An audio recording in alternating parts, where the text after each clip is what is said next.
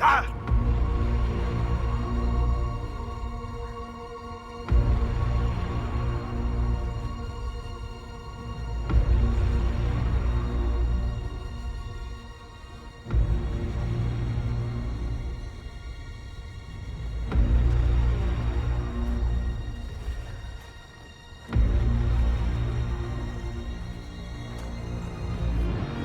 Ebesit kata, etwa ost. Maras kata! Your forces have failed. Leave now and tell the Qunari to trouble me no further.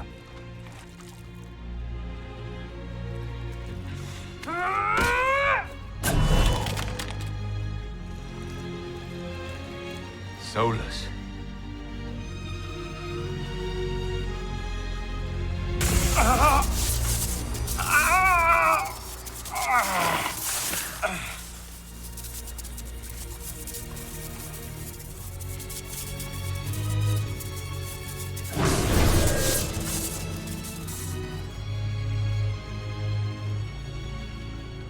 That should give us more time.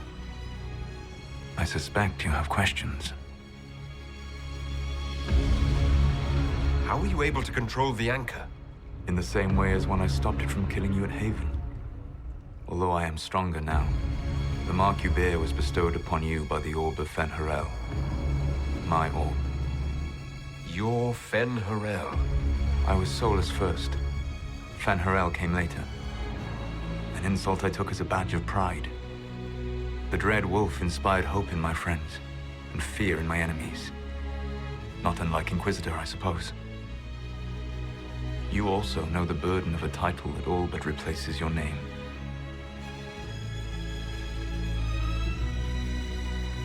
Are you a fragment of what Fen-Harel once was? Like Mythal? No. This is all I have ever been. And the legends? I sought to set my people free from slavery to would-be gods. I broke the chains of all who wished to join me. The false gods called me Fen-Harel, and when they finally went too far, I formed the Veil and banished them forever.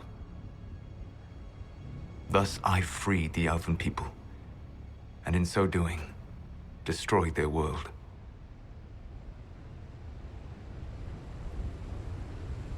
You love the Fade. Why would you create the Veil to hide it all away? Because every alternative was worse. Meaning? Had I not created the Veil, the Evenuris would have destroyed the entire world. You banished the false gods. You didn't kill them. You met Mythal, did you not? The first of my people do not die so easily. The Evenuris are banished forever, paying the ultimate price for their misdeeds. You said that the Elven gods went too far. What did they do that made you move against them? They killed Mythal. A crime for which an eternity of torment is the only fitting punishment. I thought Mythal was one of the Evenuris. She was the best of them. She cared for her people. She protected them. She was a voice of reason. And in their lust for power, they killed her. The Evenuris were elven mages. How did they come to be remembered as gods? Slowly. It started with a war. War breeds fear. Fear breeds a desire for simplicity. Good and evil, right and wrong, chains of command. After the war ended, generals became respected elders, then kings, finally gods. The Evenuris. How did creating the Veil destroy the world? You saw the remains of Via de Thara. The library was intrinsically tied to the Fade, and the Veil destroyed it. There were countless other marvels, all dependent on the presence of the Fade, all destroyed. Your legends are half right. We were immortal. It was not the arrival of humans that caused us to begin aging. It was me. The Veil took everything from the elves. Even themselves. That's the past. What about the future? I lay in dark and dreaming sleep while countless wars and ages passed. I woke still weak a year before I joined you. My people fell for what I did to strike the Evanurus down. But still, some hope remains for restoration. I will save the Elven people, even if it means this world must die.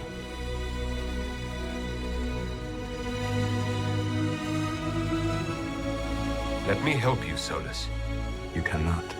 You want to restore the Elven people. I would give my life for that. Would you give the life of every friend you have ever known? There is no glory here. Only a price that I alone will pay. It is my fight. You should be more concerned about the Inquisition. Your Inquisition. In stopping the Dragon's Breath, you have prevented an invasion by Qunari forces. With luck, they will return their focus to Tevinter. That should give you a few years of relative peace. The Qunari said the Inquisition was unknowingly working for agents of Fen'Harel. I gave no orders. You led us to Skyhold. Corypheus should have died unlocking my orb. When he survived, my plans were thrown into chaos. When you survived, I saw the Inquisition as the best hope this world had of stopping him. And you needed a home. Hence, Skyhold. You gave your orb to Corypheus. Not directly. My agents allowed the Venatori to locate it. The orb had built up magical energy while I lay unconscious for millennia. I was not powerful enough to open it. The plan was for Corypheus to unlock it, and for the resulting explosion to kill him. Then I would claim the orb. I did not foresee a Tevinter Magister having learned the secret of effective immortality. What would have happened if Corypheus had died and you had recovered the orb? I would have entered the Fade using the mark you now bear. Then I would have torn down the veil. As this world burned in the raw chaos, I would have restored the world of my time. The world of the elves. If you destroyed the veil, wouldn't the false gods be freed? I had plans. You'd murder countless people. Wouldn't you to save your own? You must understand. I awoke in a world where the veil had blocked most people's conscious connection to the Fade. It was like walking through a world of tranquil. We aren't even people to you. Not at first. You showed me that I was wrong. Again. That does not make what must come next any easier. You never cared about us. We were the means to an end. You were people, and you deserved better. Like all the rest I've used in one hopeless battle after another. What's wrong with the Inquisition?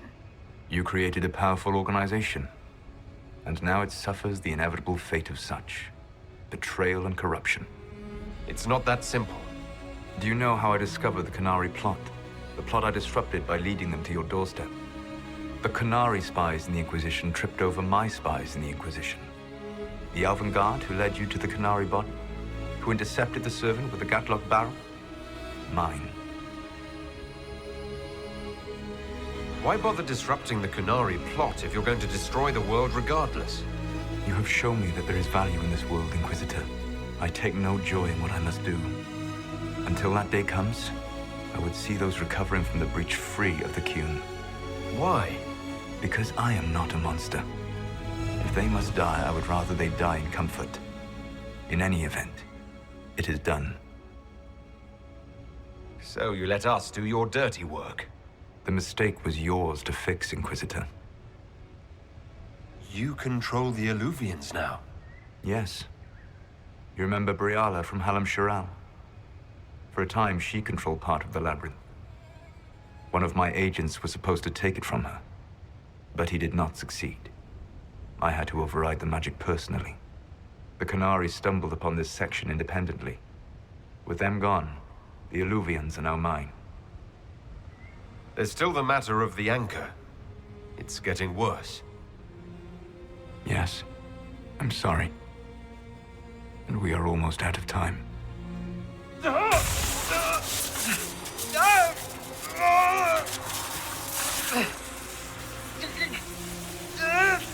mark will eventually kill you. Drawing you here gave me the chance to save you. At least for now.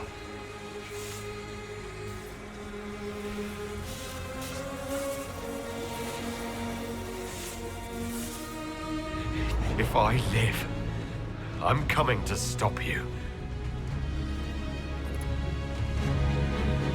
I know. Take my hand. I'm sorry. Live well, while time remains.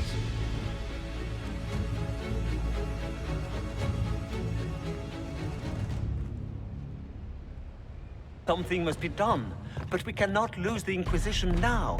We stand on the brink of war with the Qunari. Yes, because this Solas provoked them in the first place. We apologize for not informing the summit beforehand. We were concerned. Of course you were! The Qunari spies were inside your organization! Without our organization, none of us would be here to complain. No one has forgotten what you have done. But Corypheus is 2 years dead. If the Inquisition is to continue, it must do so as a legitimate organization, not a glorified mercenary band. Inquisitor.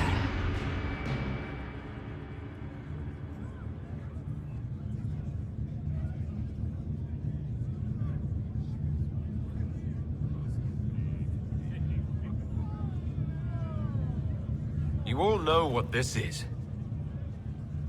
A writ from Divine Justinia authorizing the formation of the Inquisition. We pledge to close the breach, find those responsible, and restore order, with or without anyone's approval.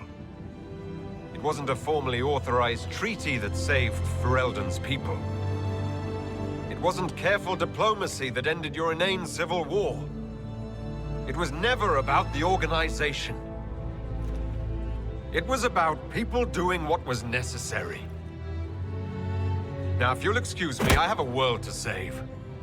Again. Effective immediately, the Inquisition is disbanded.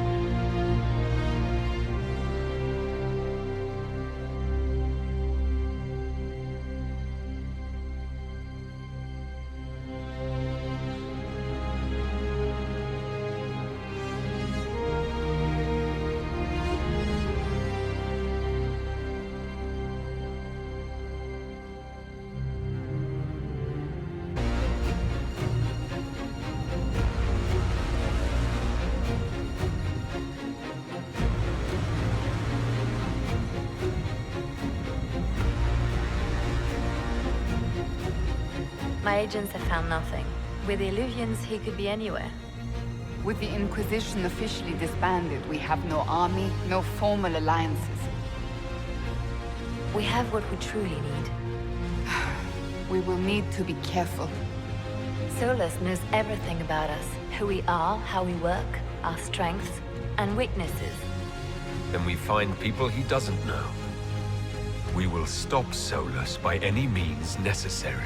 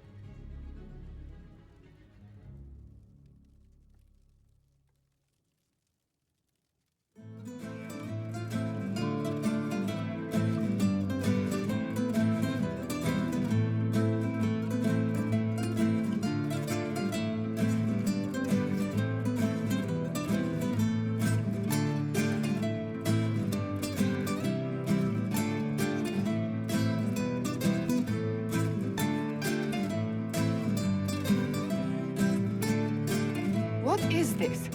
A new book? All this shit is weird. Oh, Varric, that is a terrible title. What are you even thinking?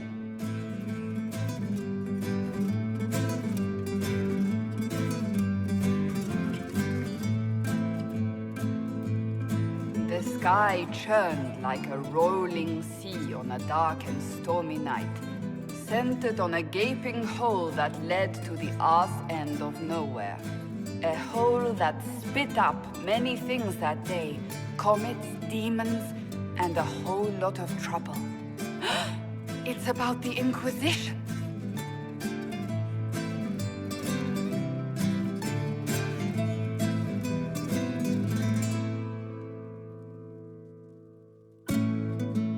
The din of the tavern cut the silence like it owed the carter money.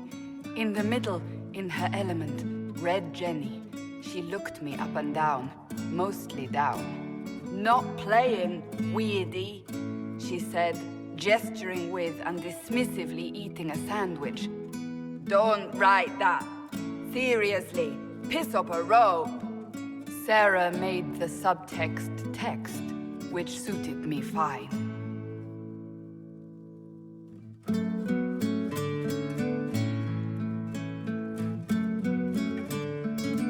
The court enchanter swirled into the room like a drop of beautiful poison spreading in a wineglass. She sized me up with a glance. "I'm so glad you made it, my dear," she said. "I am Madame de Fair, the most terrifying person you shall ever meet."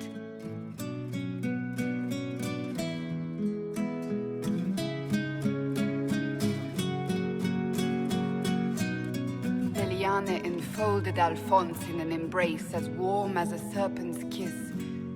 I always knew I could count on your support. The Count did not feel the bite of her poisoned dart until it was too late. Even if it requires your death.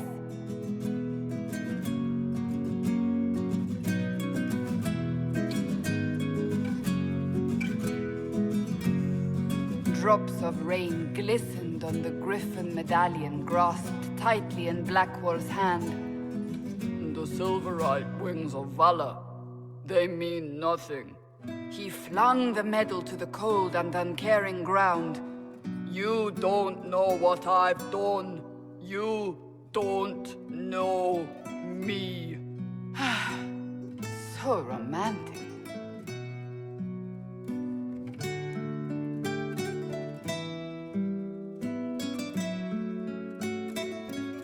Cole moved like a shadow that also moved like a knife. A shadow wearing a hat where dreams came to die. It's a riddle, he whispered. A cold riddle that gnaws at your mind, but you'll feel better when it's gone.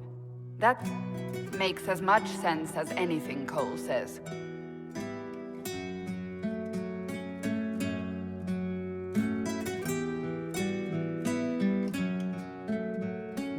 Place your herald above the law, Ambassador.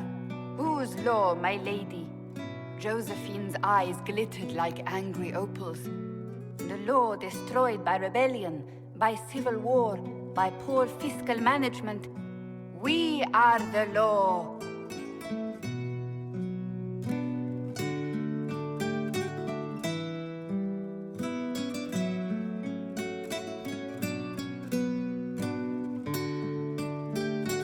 Left our mark on adamant, but the dust hadn't settled, and neither had Harding.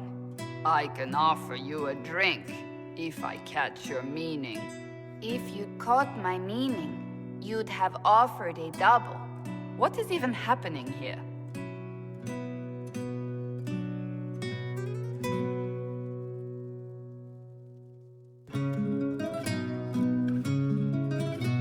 Iron Bull was a great slab of muscle with horns that could hang a tapestry. One eye scanned for threats, while the other hid behind an eye patch like a chantry's sister's old sins. Come on, he barked, not looking back as he entered. The dancer with the great rack comes on in 5. That is spot on, actually.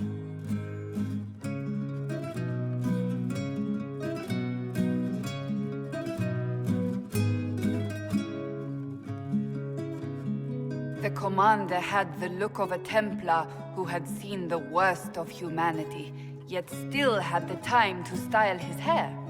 This isn't just a war, he said, his gaze steely like a dull blade.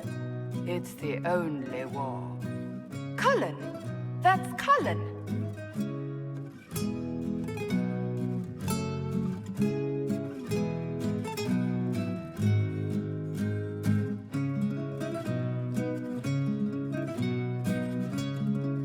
The mage wore a class of handsome sneer cultivated by 1,000 years of Tevinter elitism. The name's Dorian, he glared. D-O-R-I-A-N. Spell it right, you marble-headed lump, or it's toad time. A toad? That's hardly credible.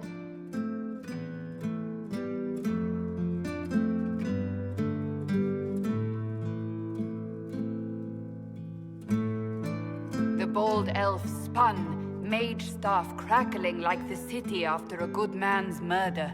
You're crazy, the Red Templar cried in terror. Moonlight glinted off ears like the knives you never see coming. Better to fade out than burn away. Ugh, Varric.